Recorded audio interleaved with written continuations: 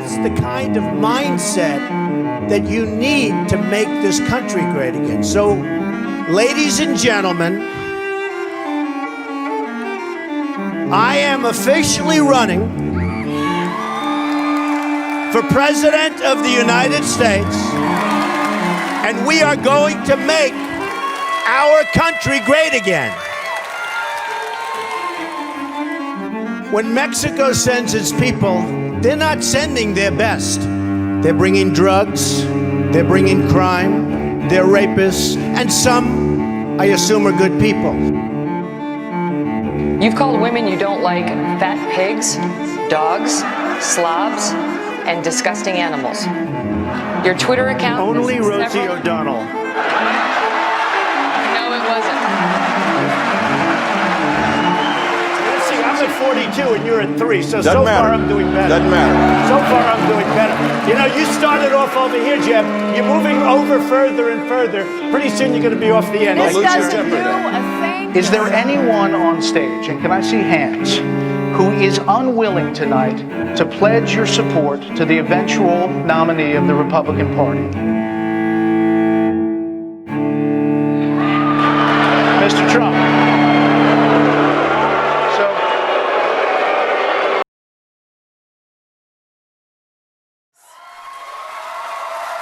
He is not just unprepared.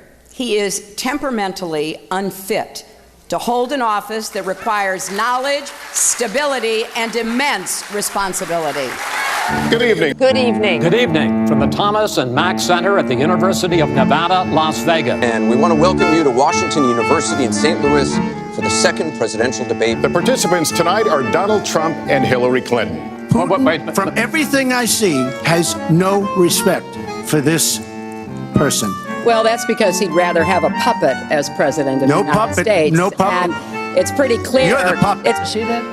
Where I could stand in the middle of Fifth Avenue and shoot somebody and I wouldn't lose any voters, okay? It's like incredible. I have a feeling that by the end of this evening, I'm going to be blamed for everything that's ever happened. Why not? Why not? Yeah, why not? You could put half of Trump's supporters into what I call the basket of deplorables. The thing that you should be apologizing for are the 33,000 emails that you deleted. I'm here to give you an update on the FBI's investigation of Secretary Clinton's use of a personal email system during her time as Secretary of State. He is a bully. Shut up. He started the birther movement. You did. He says climate change is a hoax invented by China. It's pronounced China.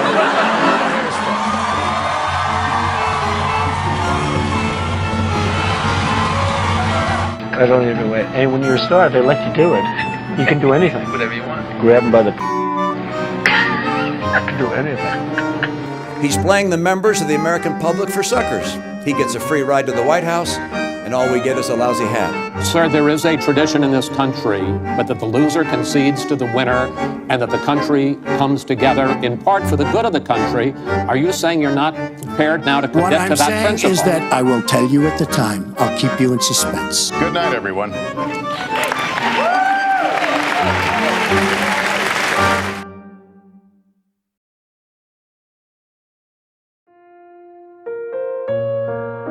We have seen that our nation is more deeply divided than we thought. But I still believe in America, and I always will. And if you do, then we must accept this result and then look to the future. Donald Trump is going to be our president. We owe him an open mind and the chance to lead. You know, I didn't know that Donald Trump was going to win the election. I did suspect it. It seemed like Hillary was doing well in the polls, and yet I know the whites. You guys aren't as full of surprises as you used to be. Together, we will make America strong again. We will make America wealthy again. We will make America proud again. We will make America safe again. And yes, together, we will make America great again. Thank you, God bless you, and God bless America. Thank you. God bless America.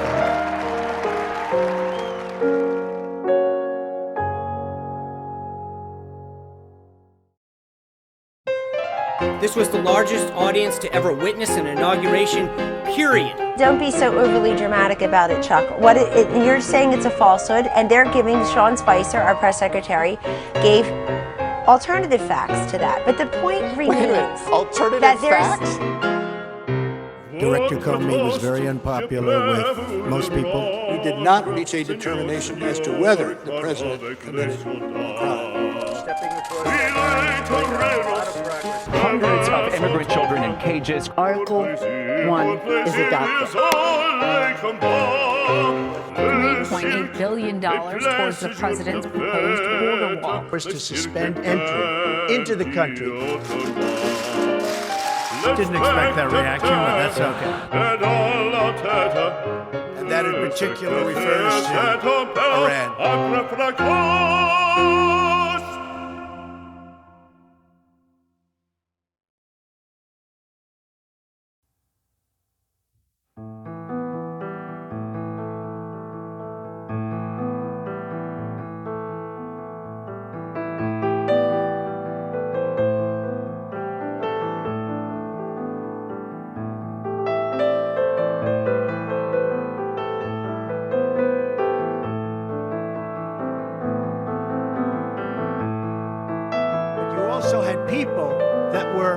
Very fine people on both sides.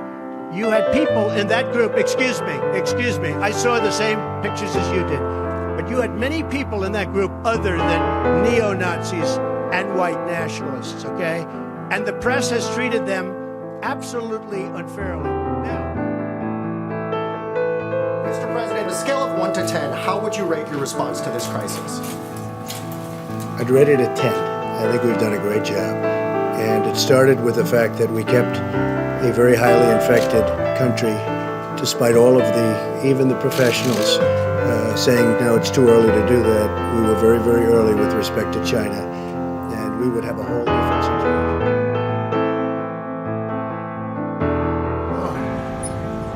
What do you want?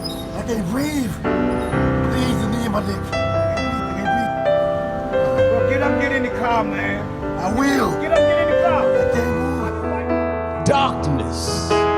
You're scheming on how you can spin the story rather than you can achieve justice, wickedness in high places.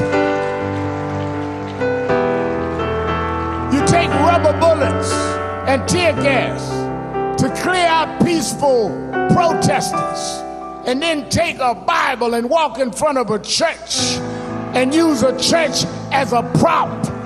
Wickedness in high places. Our nation is witnessing a merciless campaign to wipe out our history, erase our values, and indoctrinate our children. They think the American people are weak and soft and submissive. But no, the American people are strong and proud, and they will not allow our country and all of its values, history, and culture to be taken from them.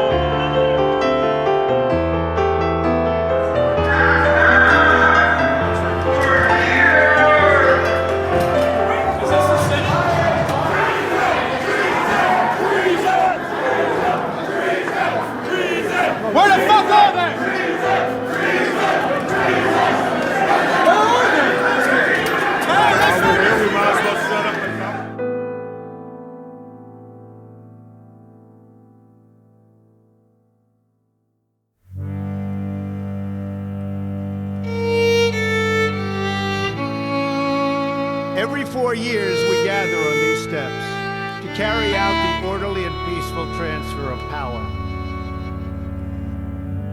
The point is, that's not the right question. The question is, if you raise the issues that are on the hearts and minds of the American people, If you try to put together a movement which says we have got to stand together as a people and say that this capital, this beautiful capital, our country belonged to all of us and not the billionaire class, that's not raising an issue. That is winning elections. That's where the American people are. All right, thank you very much.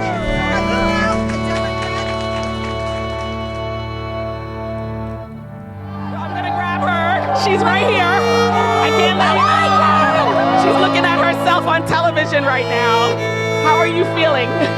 Can you put it into words? Nope. I cannot put this into words. All right, your supporters here are very excited for you. If you are willing to fight for a government of compassion and justice and decency, if you are willing to stand up to Trump's desire to divide us up, if you and millions of others are prepared to do that, there is no doubt in my mind that not only will we win this election, but together we will transform this country. Thank you all very much.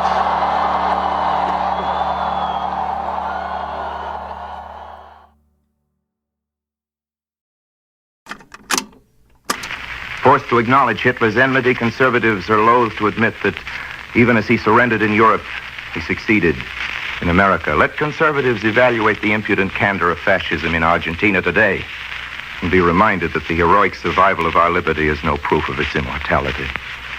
Our liberty has every day to be safe from marauders whose greed is for all things possessed by the people. Care of these possessions is the hope of life on this planet. They are living things, they grow, these fair possessions of democracy, and nothing but death can stop that growth. Let the yearners for the past, the willfully childish, learn now the facts of life, the first of which is the fact of that growth. In our hemisphere, the growing has begun, but only just begun. America can write her name across this century, and so she will if we, the people, brown and black and red, rise now to the great occasion of our brotherhood. It will take courage. It calls for the doing of great deeds, which means the dreaming of great dreams. Giving the world back to its inhabitants is too big a job for the merely practical. The architects of freedom are always capable of hope. The lawmakers of true democracy are true believers. They believe quite simply in the people, in all of them. Only the devout deserve the trust of government, for only the devout can face the unimaginable vistas of man's destiny. God grant them steadfast hope and the rest of us enduring patience. For we must not expect from any leadership a shiny, ready-made millennium in our time. No one of us will live to see a blameless peace. We strive and pray and die for what will be here when we're gone. Our children's children are the ancestors of a free people. We send our greetings ahead of us to them. To history yet unmade, our greetings. To the generations sleeping in our loins. Be of good heart. The fight is worth it.